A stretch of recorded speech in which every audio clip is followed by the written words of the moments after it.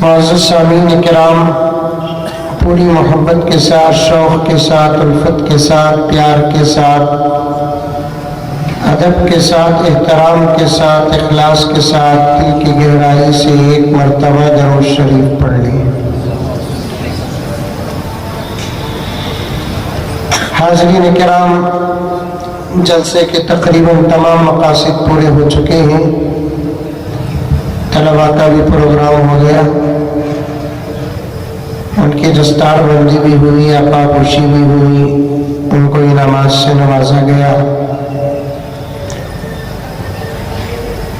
और आज के हमारे जलसे के खुसूसी मेहमान हज़रत क़िबला दामत बरकातुहू का भी खिताब हुआ। बहुत कम वक्त है, बक़िया हज़रात मुक़र्रिरीन आपस में बांट कर इंशाअल्लाह ताला जलसे को दुआ तक पहुँचाएंगे। लेकिन मुझे दो बातें खटकने लगी। मेरी एक बुरी आदत है, जब तक बात जो खटकती है उसका इजहार नहीं करता, आगे बढ़ता नहीं है। आज के हमारे जलसे में इस्तकबाल के लिए जो मौलाना खड़े थे, बेंगलुरु से लेकर आपके गांव तक मेरा उतना सफर नहीं हुआ जितना इनका इतना बड़ा इस्तकबाल हुआ। दूसरी बात यह है कि बात को मुख्तसर करते हुए बोलकर तकरीबन रात के 11:30 बजा दिए हैं। बात अगर मुकम्मल होती तो शायद फजर की नमाज हो जाती थी। वक्त की कदर करना चाहिए और वक्त को जहाँ तक हो सके बचाना चाहिए और वक्त को सही चीज़ों में, सही कामों में इस्तेमाल करना चाहिए ताकि हम अपने वक्त का पूरा फायदा हासिल करें। मेरे हाल आप भी थक गए हैं, मैं भी थका हुआ हूँ।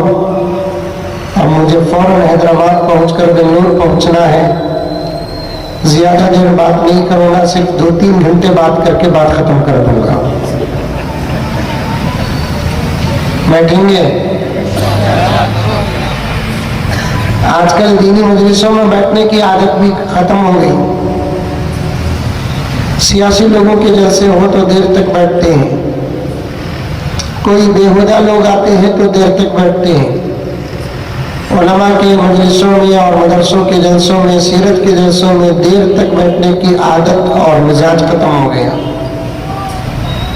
मैं तो सिर्फ ऐसे ही मजाक किया, आधे पौने घंटे के अंदर मैं अपनी बात को समेटूं। इरादा तो था बहुत सारी बातें आपकी खिदमत में अर्ज करने की, अब तो वो सब इरादे खत्म हो गए। सिर्फ कुछ ज़रूरी बातें एक वाक़ये के साये में आपकी खिदमत में अर्ज कर देता हूँ, लेकिन शर्त ये है कि आप हजरात तवज्जो से सुने। सुनेंगे? सोएंगे? बोलो रे बाबा, क्या तुम्हें बोलो, मुँह खोलो।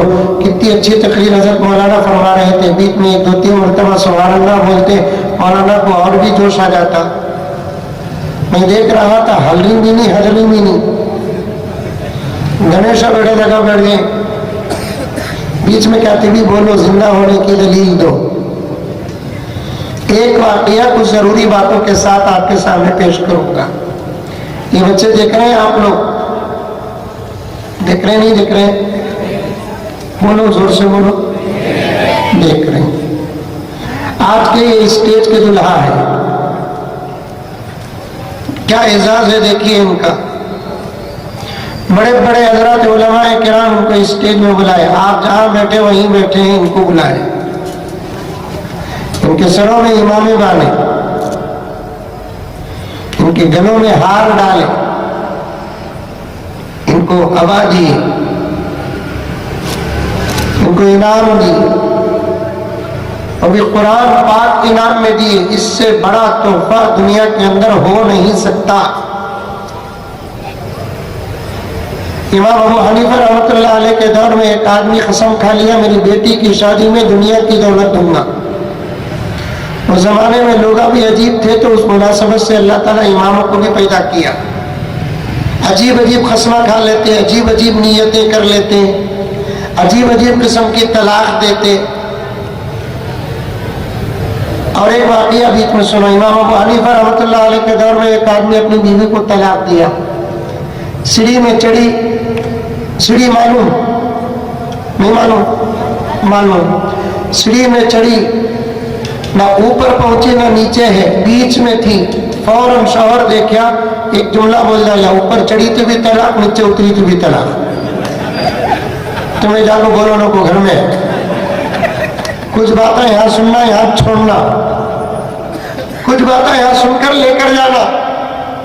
जो छोड़ने के बातें रहते हैं उसे लेकर जाते हैं, जो लेकर जाने के बातें रहते हैं उसे छोड़ते हैं। शेख चिल्ली के पूरे भतीजे दिख रही, ऊपर चढ़ी तो भी तलाक, नीचे उतरी तो भी तलाक। अगर हमारे दौर की, हमारे गांव की औरत होती, या तो चढ़ जाती नहीं तो उतर जाती। उन्हें शौहर से प्यार करने वाली बीच में खड़कर बोली, क्या जी बोले सो तुम्हें, ना ऊपर की रखे ना नीचे की रखे, बीच में अटका डाले। बेगम ऐसा मुंह में निकल गया, क्या जाकर मौलवी साहब से फतवा पूछ कर आओ। अब सीधा मौलवी साहब के पास आया। उलमा की जरूरत, उलमा के बगैर जिंदगी की गाड़ी कभी नहीं चलेगी, याद रखो।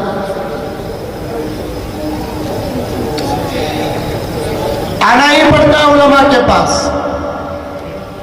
आया, आकर पूछा एक मौलाना से, हजरत ऐसा बोल डाले, क्या करना।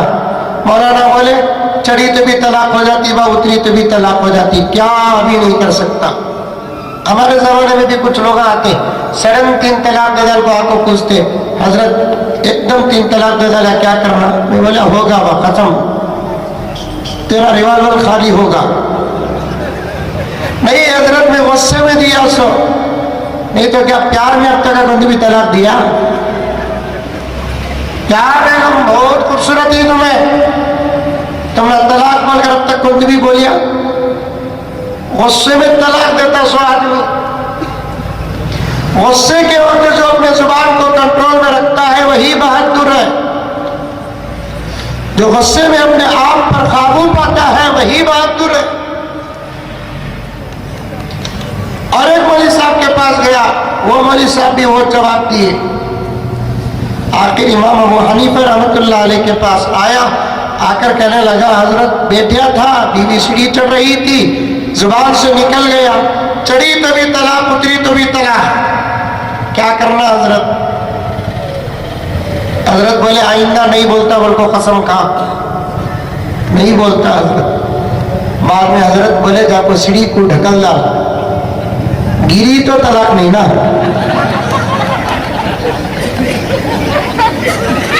चढ़ी तो तलाक, उतरी तो तलाक, गिरी तो तलाक नहीं ना। उस जमाने में बड़े अजीब लोग भी थे, वो लेवल के अइम्मा भी थे। एक आदमी ये कसम खा लिया कि मैं अपनी बेटी की शादी में दुनिया से बढ़कर दौलत दूंगा, तोहफा दूंगा। अब सोचा, कसम खाने के बाद क्या दिया तो मेरी कसम पूरी होगी। सोना दूं, कितना दूं सोना, चांदी दूं, कितना दूं चांदी, पैसा दूं, दिरहम दनानीर कितने दूं, जितना भी दूंगा कब होगा। मैंने क्या कहा, दुनिया से बढ़कर तोहफा दूंगा। अब ऐसी दौलत मेरे पास है कहाँ। फिर वही आदमी इमाम अबू हनीफा रहमतुल्लाह अलैह के पास आया, आकर कहने लगा, हजरत ऐसी कसम खा लिया, मेरी कसम पूरी होना, कफ्फारा भी देना नहीं, टूटना भी नहीं। हजरत ने फरमाया, एक काम कर मियां, तू अपनी बेटी की शादी में तोहफतन कुरान दे दे। इस पूरी कायनात में कुरान से बड़ा कोई तोहफा है नहीं।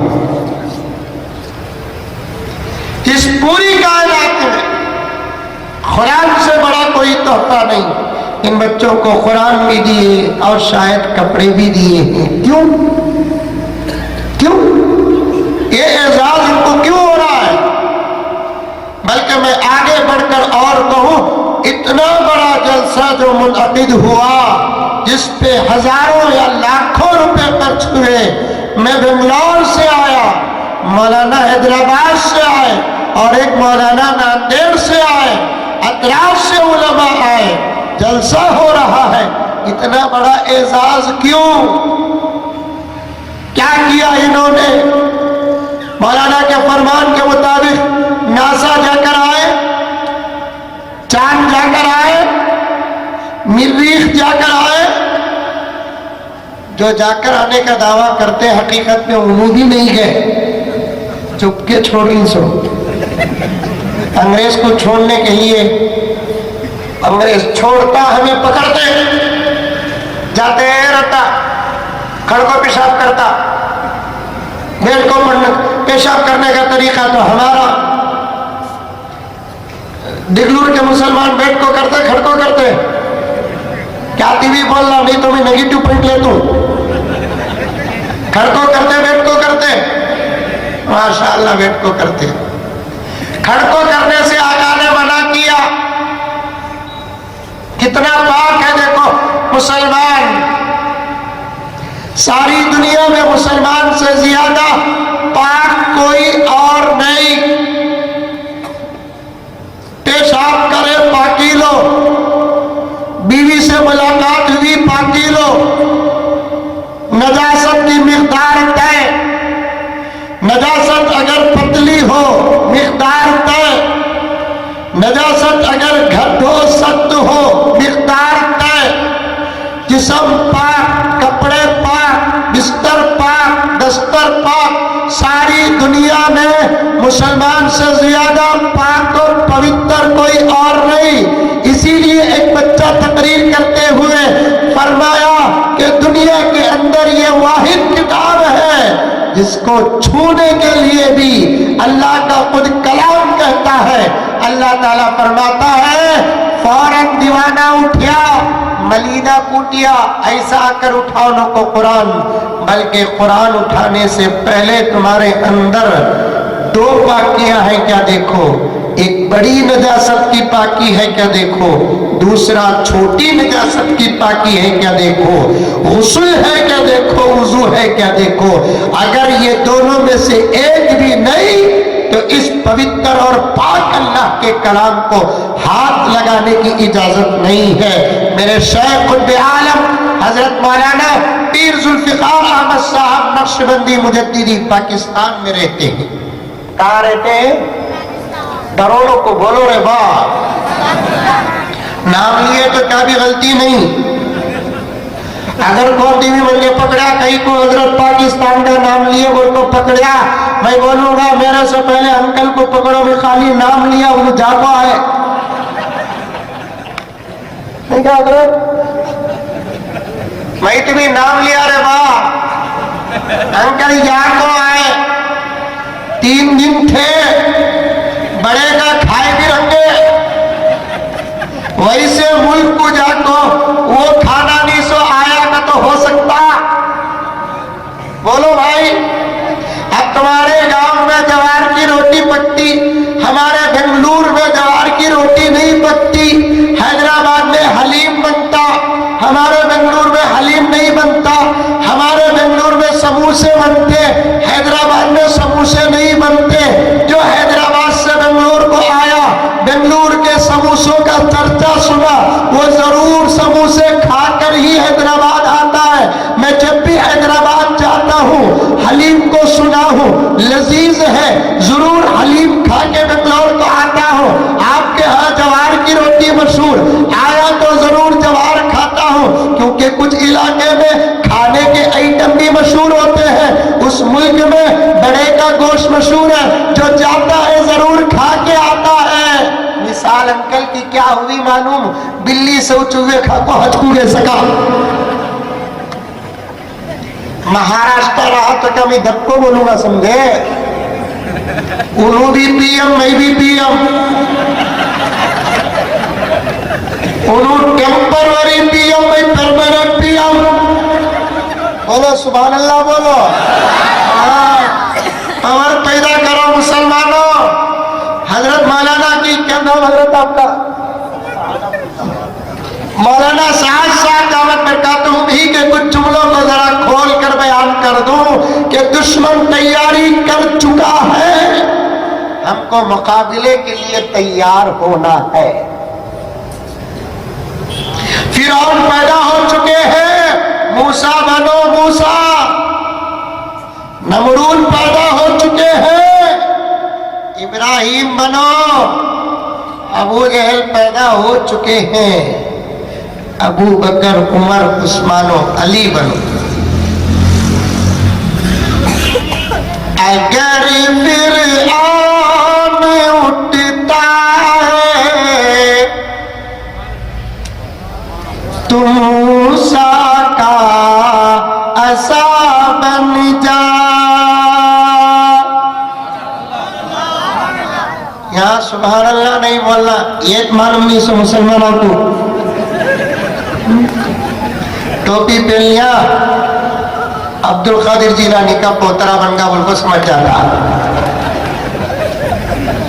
कहा सुभान अल्लाह बोला, कहा माशाअल्लाह बोला, कहा अल्हम्दुलिल्लाह बोला, कहा इन्ना लिल्लाह बोला, ये भी मालूम नहीं मुसलमान को।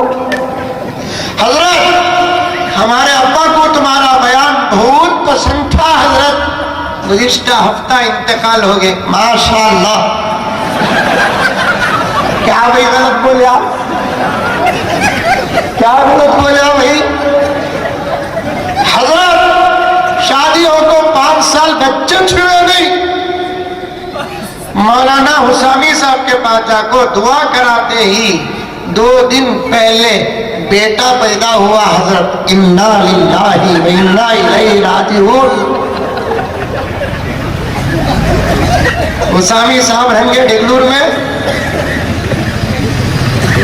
कहा सुभान अल्लाह बोला, कहा माशाअल्लाह बोला, कहा अल्हम्दुलिल्लाह बोला, कहा इन्ना लिल्लाह बोला, कहा इंशाअल्लाह बोला। याद रखो, जब तक मदरसे की रोटी नहीं खाओगे ये तमाम इल्म तुमको नहीं मिलेगा। उलमा की सोहबत इख्तियार नहीं करोगे तो इल्म की खुशबू से तुम महसूस नहीं होगे। ये दुनिया का वाहिद मजहब, उठते बैठते जुमले भी सिखाया, जुमलों के मवाक़े भी बताए। इन अशार में इंशाअल्लाह बोलो।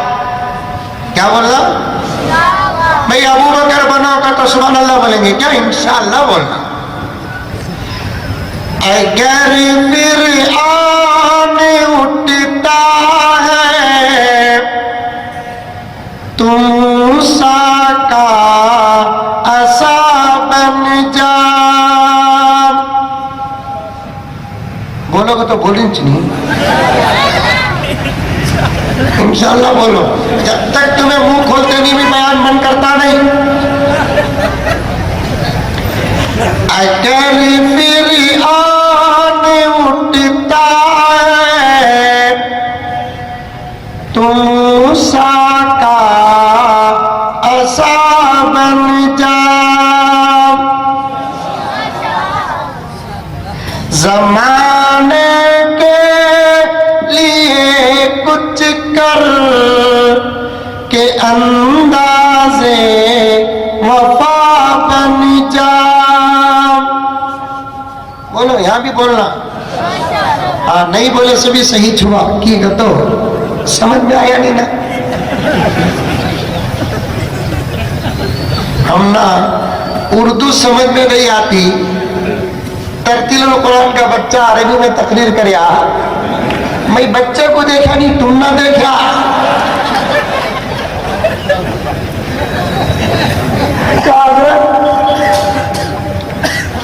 बच्चा अरबी में तकरीर कर रहा, तुम्हारे सूरता मुझे देखे तो तुम्हें ऐसा डर को बैठी क्या कि इजराइल आगे। वो सोचिया उर्दू समझ में नहीं आता ना, अरबी क्या समझ में आएगी। मेरी भी तकरीर समझते ही करता, जरा मोटी ताजी उर्दू है बोलकर समझते। इस वक्त हमारी उर्दू आईसीयू में है, डॉक्टर साहब बोले करीब में वेंटिलेटर जाती करने, जिंदा करो उर्दू को, जिंदा करो। पूरे हिंदुस्तान में अब फसी उर्दू कहीं नहीं। अरबी के बाद सबसे ज्यादा खूबसूरत और प्यारी जुबान अगर पूरे रुए जमीन में है, अरबी के बाद नोट ऑफ द पॉइंट, डंके की चोट में सारी दुनिया में अरबी के बाद सबसे ज्यादा खूबसूरत जुबान अगर कोई है तो वो उर्दू जुबान है। समझ में आई बात? लखनऊ में अच्छी उर्दू बोलते थे पहले जमाने में। मेरे वालिद हजरत मौलाना ज़करिया साहब रहमतुल्लाह अलैह फरमाते थे, लखनऊ का लखनवी आदमी भी अगर हमारे बेंगलुरु हैदराबाद वहां आको गाली भी दिया तो यहाँ का मुसलमान खुश हो जाता है। गाली मालूम? गाली नहीं मालूम? नहीं, बड़े शरीफा तुम लगा, बड़े अच्छे चेहरे देखे तो मालूम होता ना। गाली बुरी चीज, गाली देना नहीं। हदीस में आता है गाली अगर किसी मुसलमान को देते हो 40 दिन की दुआ कबूल नहीं होती। इमाम गज़ाली फरमाते हैं अगर वो 40 दिन के अंदर अगर वो हरम को भी चला गया तो वहां की दुआ भी कबूल नहीं होती। मालूम? आज तो गाली देखो देखो आदत। इंसानों को क्या गालियां देते, जानवरों को भी गालियां देते।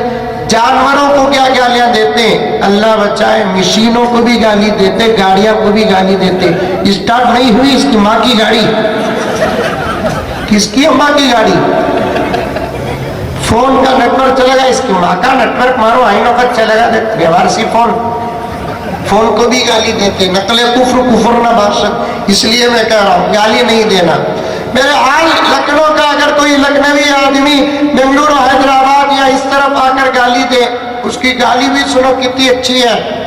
उसे सदा दिले तो वहां का आदमी गर्म होकर माँ की गाली देता। यहाँ माँ की गाली कैसा देते, मैं बोलता नहीं, तुम्हें सुनो नको, मानो मैं बोल दिया तो उतार डालेंगे तुम लगा। लखनऊ का आदमी माँ की गाली कैसे देता मालूम? जनाब आलम चुप हो जाइए वरना हम तुम्हारे वालिदे मोहतरमा के साथ गुस्ताखी कर देंगे। गाली हजरत है। बेंगलुरु में अगर कोई भी बोला तो सीधे घर को आपको बोलेंगे अम्मी, बस स्टैंड में कौन की भैया तुम्हारा सलाम बोलिया।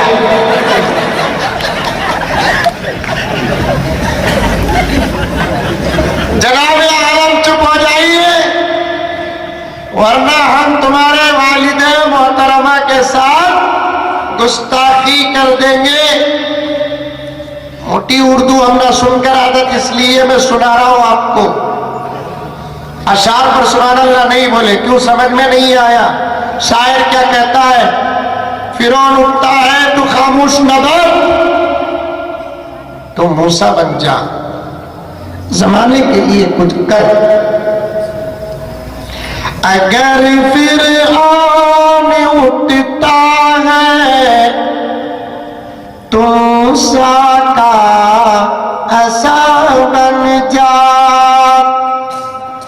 जमाने के लिए कुछ कर के अंदाज़े वफा बन जा। तेरी हर एक सदा में अब बिलाली लहन पैदा कर। आवाज भी खूबसूरत रखना। खसाई से कुबरा में अल्लामा जलालुद्दीन सुयूती रहमतुल्लाह अलैह फरमाते हैं, खूबसूरत आवाज भी हुजूर की उम्मत के लिए खास तौर पर अल्लाह का तोहफा।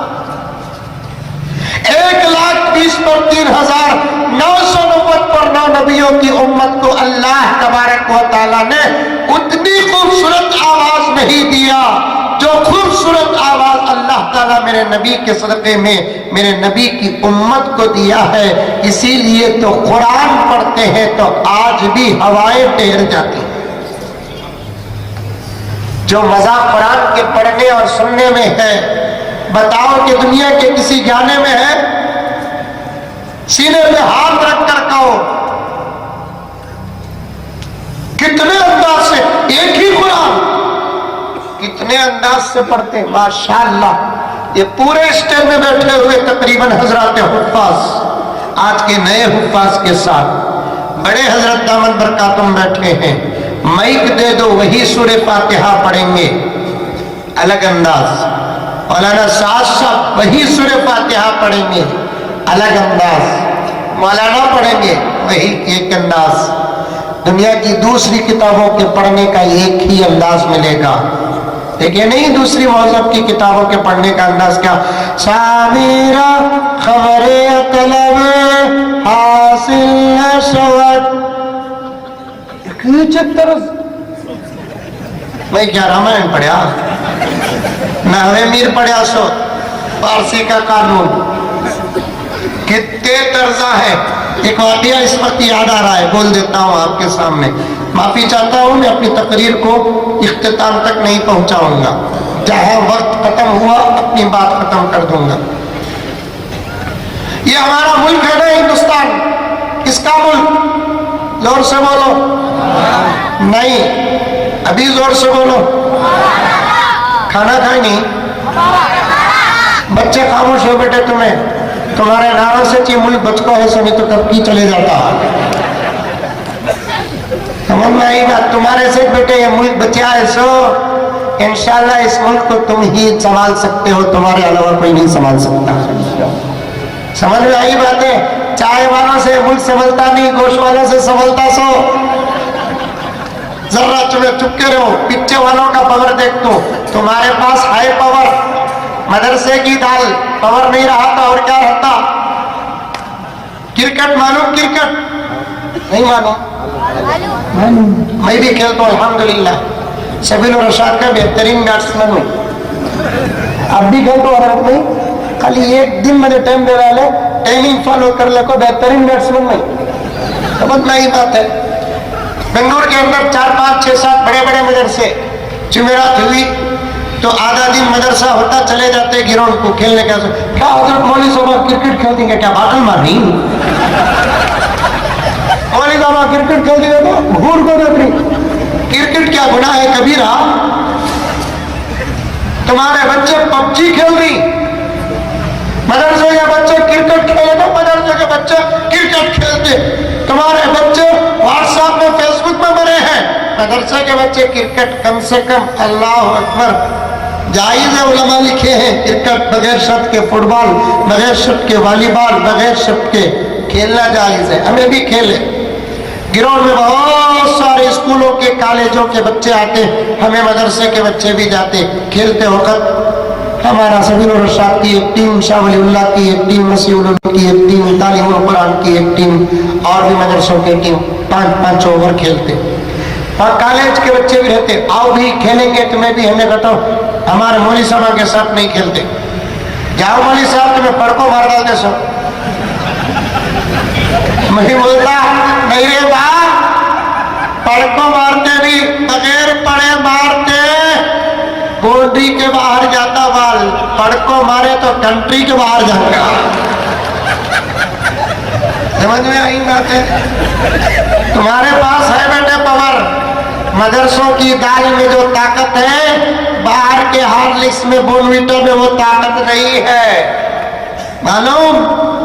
तुम्हारा एक एक दाना हलाल का। जरा मैं पीछे वालों का पावर देखना चाहता हूँ, बड़ी गहराई से बात करना चाहता हूँ। ये मुल्क किसका? हमारा नहीं, हमारा।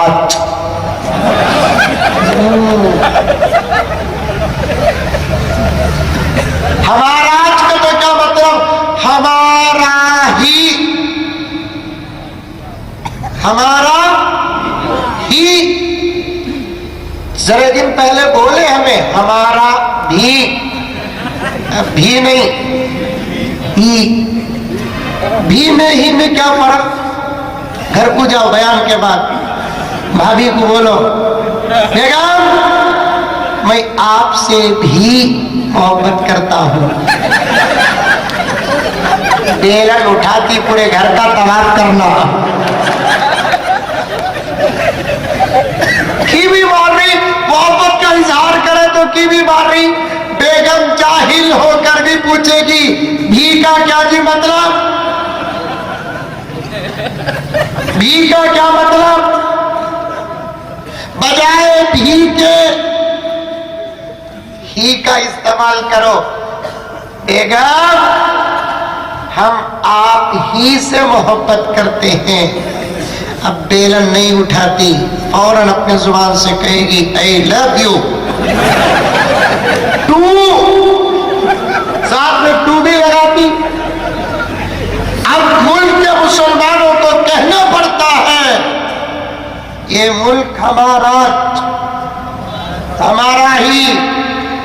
हमारा खून लगा, हमारा खून बहा, हमारी जानें ज़ाये हुई, हमारे बड़े उलमा को फांसियों पे लटकाया गया, तेल में पकौड़ों की तरह तला गया।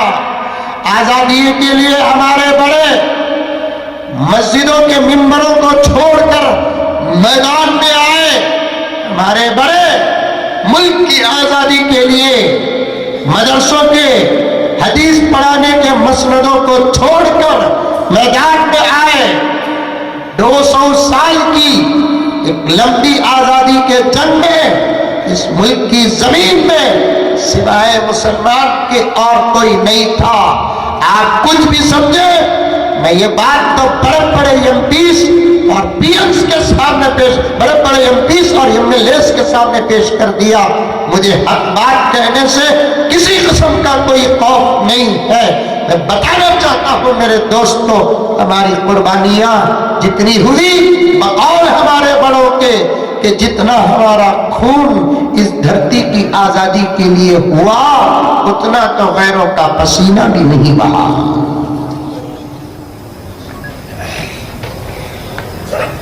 आंसू भी हमारे हैं,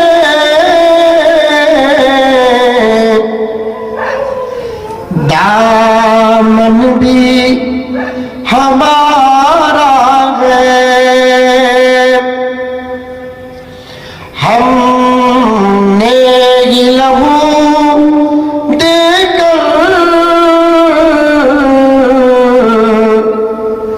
गुलशन को सवारा है। बोलो सुभान अल्लाह। बोलो क्या भाई बार बार सो जाते हैं तुम लोग?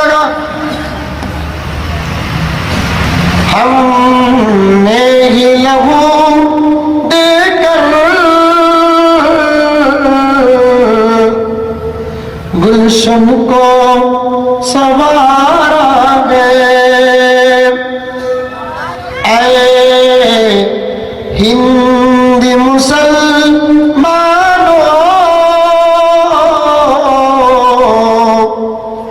तुम राह से भटके हो,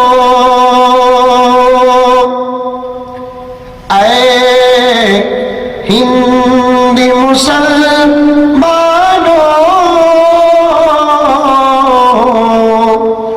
तुम राह से भटके हो, गर राह पे आ जाए ये मुल्क तुम्हारा है। हमारा मुल्क बड़ी मुसीबतों के साथ हम लोग आजाद किए, हमारे बड़े आजाद किए। मेहनत करया मुर्गा, अंडा खाया फकीर। मेहनत करया मुर्गा, अंडा खाया फकीर। खैर, दो हिस्से में हो गया। कितना अच्छा होता कि हमारा मुल्क इतना बड़ा होता, जितना बड़ों के जमाने में बड़ा था, तो ये सब हंगामे और फितने नहीं होते। अब बोलेंगे हजरत ये सब बातें आपके जलसे में कहीं को बोलकर जरूरत है मेरे दोस्तों। मैं आखिरी मोमेंट पर जब आऊंगा तो इन तमाम बातों का जोड़ आपके सामने बताऊंगा। खाली लफ्ज पाकिस्तान पे बात याद आ गई तो अर्ज कर रहा हूं। टुकड़े हो गया, बोले पंजाब भी टुकड़े हो गया, एक हिस्सा उधर गया, एक हिस्सा इधर। आजादी के बाद इतना खून बहा हिंदुस्तान के हिंदुओं का, पाकिस्तान के मुसलमानों का। हिंदुस्तान की तारीख में कभी उतना खून नहीं बहा। वहां से लाशें ट्रेन में यहां आती, यहां से मुसलमानों की लाशें ट्रेन में वहां जाती। वहां के हिंदू जान बचाकर यहां आते, यहां के मुसलमान जान बचाकर वहां जाते। रात के अंधेरे में सफर होता। एक मुसलमानों का एक छोटा सा काफिला, फैमिली, मियाँ बीवी, एक बच्चा, हिंदुस्तान के उधर जाना चाहते थे। रात में रास्ता बनाकर जरूरत की 2-3 चीजें उठा लेकर निकले। जरूरत के लिए शौहर अपनी बीवी के मांग में सिंदूर भर दिया, नाम भी बदल दिया। कौन भी रास्ते में पूछे तो नाम बोलो। जाले करते यहाँ के उस वक्त के हिंदुओं में से किसी ने उनको पकड़ लिया, पूछा कहां जा रहे? कामिनी यहाँ जा रहे। हिंदू मुसलमान? हिंदू हमें, मुसलमान थे, बोलता नहीं हिंदू। गीता पढ़ने आता? आता। पूछे किताब पढ़ो, बोले प्यांट निकाल को नहीं देखे। ये जमाने में मुर्गी के गोश्त को डीएनए टेस्ट करते हुआ क्या? मुर्गी के गोश्त को टेस्ट कर रही, बड़े का ही छोटे का की बोल को। अब वो मुसलमान सोचिए आता बोल रहा है, पढ़ो बोल रहा है, इन्हें क्या पढ़ो? कुरान में एक सूरा है जो अगर नकल करेंगे तो आवाज में उसकी सका मुशावहत मिल जाती। अभी ने इस हिंदू जो गीता महाभारत और रामायण नहीं पढ़ा था उसके सामने अब कुरान का सूरत शम्स पढ़कर सुना रहा है। वश्शम्सी वज़ुहाहा वल्क़मरी इज़ा तलाहा वन्नहारी इज़ा जल्लाहा वल्लैली इज़ा यग़शाहा। हिंदू बोले अब पक्का हिंदू है, तू इधर से न जाओ, मुसलमान बड़े खराबी, इधर से चले जा।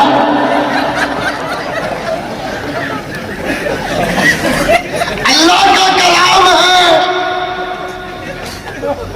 जिस अंदाज से चाहे उस अंदाज से पढ़ सकते हैं।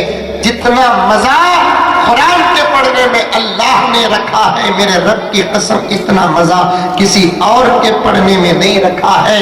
इसीलिए मैंने अल्लामा जलालुद्दीन सुयूती रहमतुल्लाह अलैह की मशहूर किताब खसाइस कुबरा का हवाला दिया कि अल्लाह ताला ने हुजूर के सदक़े में उम्मत को बेशुमार जहां बड़ी बड़ी लाजवाल और बेमिसाल नेमतों से नवाजा है, उन्हीं नेमतों में से एक नेमत खूबसूरत आवाज भी।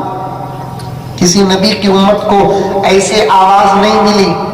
बच्चे पड़े होंगे आपके सामने, कुरान पढ़ने का क्या अंदाज, नाता, अजान। अजान होती, अरे बेंगलुरु में अजान होती, वहां बेंगलुरु में भी होती, सारी दुनिया में होती। सारी दुनिया में 24 घंटा चलने वाला यही एक कमल है, अजान। कौन की तुम्हारे महाराष्ट्र का एक पुप्पा बोलिया अजान से डिस्टर्ब होता गते से सोनू निगम, उसके गाने से कितनी जवानियों को डिस्टर्ब हो रहा है उसे नहीं मालूम। उसके गानों से कितने बूढ़ों के बुढ़ापे को डिस्टर्ब हो रहा उसे नहीं मालूम। हमारे अजान से उसे डिस्टर्ब होता कहते कब भी पठे आको अजान सुन सही तौर पर। आजकल मस्जिदा में मौजूद सभा भी ऐसा रखनी कमेटी वाले यकीनन डिस्टर्ब हो रहा है। एक मस्जिद की अजान सुना नहीं,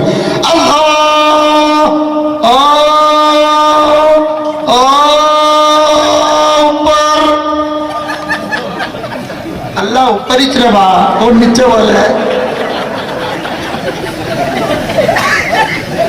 मेरे साथ सभी भी आए हैं, कैसेटा लेकर पूछो उनको, और मस्जिद में जाकर अजान सुनिए को मैं डर का कहा मेरा वजू टूट जाता कि बोलता हूँ। बाद में अजान के बाद मौला नमाज के बाद मौला साहब को पकड़ को बड़ी पॉलिसी से बात करे, क्या मौलाना साहब कहाँ वाले तुम्हें? मैं हाँ वाला। ये बोला उसके बाद से सदर साहब तुम्हें निकाले नहीं सो बाहर के आदमी को निकालना कमेटी को आसा, अंदर के आदमी को नहीं निकाल सकते, बहुत मुश्किल। अच्छा मौलाना साहब अजान कहाँ सीखे? कौन भी नहीं, मैं सीखा सो। बाद में मैं बोला मौलाना साहब जरा अच्छी प्यारी अजान जो को सतीवी मौली साहब के पास आपको सीखो। तो जवाब क्या दिए मालूम? चुपके जाओ जी, 150-2,000 रुपए को ऐसी ढजा बस। बोला तबके के हिसाब से अजाना दिए तो ये अजानों का जनाजा नहीं उठेगा तो क्या उठेगा? अजान भी खूबसूरत होना। मैं बच्चों से कहता हूँ, इन बच्चों से कहता हूँ, उलमा से कहता हूँ कि इनको लय और तरन्नुम भी सिखाओ। अजान दिए तो ऐसी देना, गैर मुस्लिमा भी सूत ले को बैठ जाना।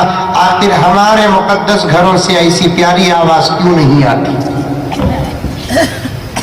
एक 10,000 रुपए तनख्वाह ज्यादा दे ना, क्या होगा? कौन सा सदरा अपने जेब से निकाल कर देते हैं, चंदा वसूल कर ना देते हैं। ऐसी अजान रन्ना, अजान डिगलूर में हो, मदीना याद आ जाए। आवाज स्पष्ट है फिर भी अजान पढ़ता हूं, सुनो। 1 2 3। अल्लाहु अकबर अल्लाहु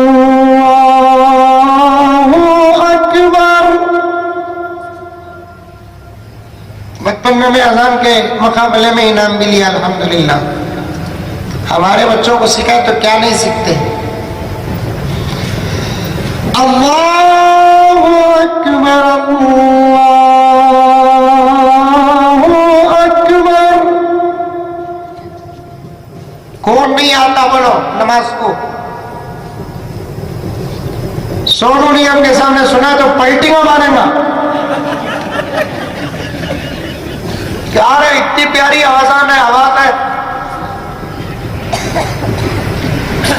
अशहदु अल्ला इलाहा इल्लल्लाह।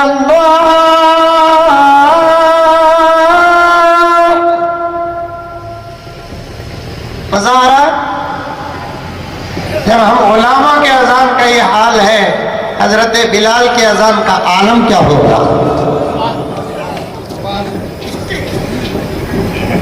एक मरतबा एक साहब चिट्ठी में सवाल लिखे, रमजान मुबारक में। रमजान आता डिगलूर में, हमारे बेंगलुर में भी आता। तरावीह के बाद तफसीर, तफसीर के बाद सवालात की मजलिस बैठती। उस मजलिस में एक आदमी बड़ा अच्छा सवाल लिखा। क्या सवाल? हुजूर सल्लल्लाहु अलैहि वसल्लम ने भी कभी से अजान दिया क्या? बड़ा अच्छा सवाल। अच्छे सवाल बहुत कम करते सो लोग, खराब सवाल कर को हमने नहीं सो बीमारी आ जाते। खरीब में एक सवाल कराया, हमारे बाबा का इंतकाल होगा, कैसा सुनाना हजरत? ये बोला उन्होंने कैसा चाहती वैसा सुना, आखिरी सोना उसका।